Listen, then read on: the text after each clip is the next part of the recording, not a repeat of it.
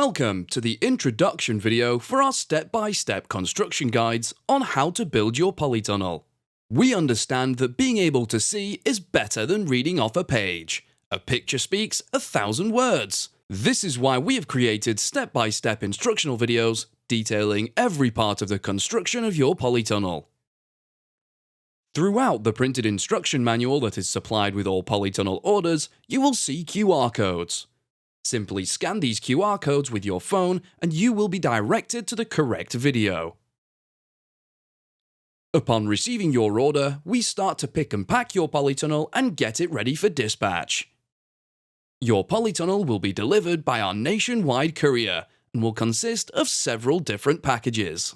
If you have any queries regarding delivery of your polytunnel, please visit www.firsttunnels.co.uk/shipping. Throughout the construction of your polytunnel, you'll be using a variety of steel tubes at various lengths. Identifying the steel tubes is easy. Taking this code for example, 50/120FS. The first number indicates the diameter of the tube, and the second number indicates the length. The two letters that precede the numbers indicate the finish to each end. F indicates flattened end, S indicates swaged end, and P indicates a plain end. For this example, the steel tube is 50 millimeters in diameter and 1.2 meters long, with one flattened end and one swaged end.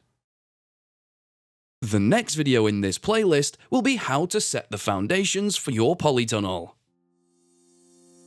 You can find more videos to help you build your polytunnel at construct.firsttunnels.co.uk. We also have a construction helpline if you require any further assistance.